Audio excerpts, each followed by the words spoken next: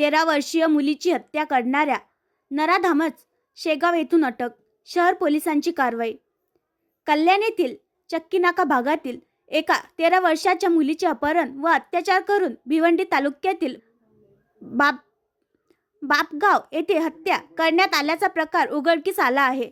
या हत्या प्रकरणी कोळसेवाडी भागातील गुन्हेगारी पार्श्वभूमी असलेला मुख्य सूत्रधार विशाल गवडी याला बुलढाणा जिल्ह्यातील शेगाव येथून तर त्याची पत्नी साक्षी गवडी हिला कल्याण शहरातून अटक केली आहे, अशी माहिती कल्याण परिमंडळाचे पोलीस उपायुक्त अतुल झेंडे यांनी माध्यमांना दिली.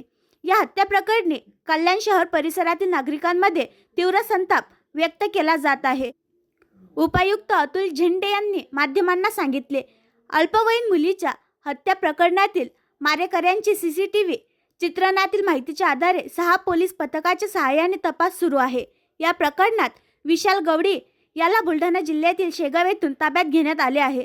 त्याला सायंकाळपर्यंत शहरात आणून त्याच्यावर अटकेची कारवाई केली जाईल. या गुन्ह्यात विशालच्या पत्नीचा सहभागाचा विचार करून पत्नी साक्षी हिला अटक केली आहे. या प्रकरणात आणखी काही लोक सहभागी आहेत का या दृष्टीने सीसीटीव्ही चित्रणाच्या आधारे शोध घेतला जात आहे.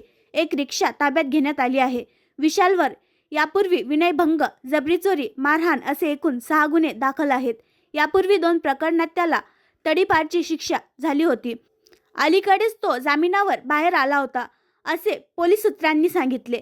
कल्याणच्या पोलिसांनी मुलीच्या हत्या प्रकरणी विशाल गवडीशी संबंधित सर्व नातेवाईकांना चौकशीसाठी मंगळवारी ताब्यात घेतले. त्यांची कसून चौकशी केल्यावर विशाल बुलढाणा येथे गेल्याचे पोलिसांना समजले. पोलिसांची पथके बुलढाणा येथे त्याचा शोध घेत होते. शेगाव शहर पोलीस स्टेशनचे अधिकारी व काम अंमलदार यांनी मिळालेल्या लोकेशननुसार मंदिर परिसरातील मार्केटमधून आरोपीला ताब्यात घेतले. आरोपी सलूनमध्ये दाढी व कटिंग करून स्वतःचा वेश बदलून पळून जाण्याच्या तयारीत असताना शेगाव पोलिसांनी शिताफीने त्याला अटक केली. त्याची पत्नी साक्षी हिला सुद्धा अटक करण्यात आली आहे. आणखी नवीन व्हिडिओ पाहण्यासाठी आमच्या देशमुख एक्सप्रेस न्यूज चॅनलला सबस्क्राईब करा, लाईक करा आणि शेअर करा.